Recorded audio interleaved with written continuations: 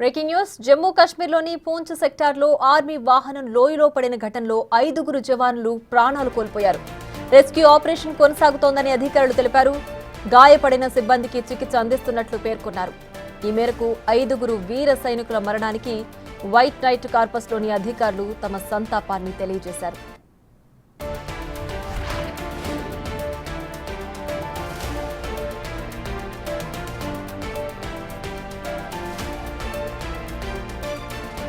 జమ్మూ కాశ్మీర్లోని పూంచ్ సెక్టార్లో ఆర్మీ వాహనం లోయలో పడిన ఘటనలో 5 జవాన్లు ప్రాణాలు కోల్పోయారు. రెస్క్యూ ఆపరేషన్ కొనసాగుతోందని అధికారులు తెలిపారు. గాయపడిన సిబ్బందికి చికిత్స అందిస్తున్నట్లు పేర్కొన్నారు. ఈ మేరకు 5 వీర సైనికుల మరణానికి వైట్ నైట్ కార్పస్లోని అధికారులు తమ సంతాపాన్ని తెలియజేశారు.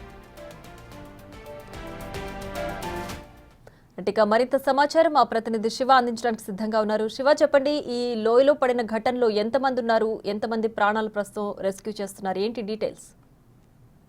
రైట్ ప్రియా, జమ్మూ కాశ్మీర్ పూంచ్ సెక్టర్ దగ్గరలో ఒక ఆర్మీ వాహనం లోయలో పడిపోయింది. దాదాపు 350 అడుగుల లోతులో ఈ వాహనం పడిపోయినట్లుగా తెలుస్తోంది. అంటే ప్రజెంట్ అయితే రెస్క్యూ ఆపరేషన్ కొనసాగుతుంది. అంటే లోయలో పడ్డ ఆర్మీ వాహనంతో ఈ వాహనంలో దాదాపు ఇప్పటి వరకు అందిన సమాచారం ప్రకారం 5 సైనికులు మృతి చెందినట్లుగా కూడా తెలుస్తోంది.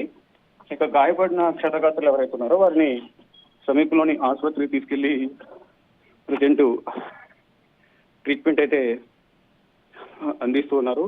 అంటే విధులు ముగించుకుని వస్తున్న సందర్భంలోనే ఈ వాహనం అదుపు తప్పి లోయలో పడిపోయినట్లుగా ప్రత్యక్షంగా ఉన్న సాక్షులు చెప్తూ ఉన్నారు.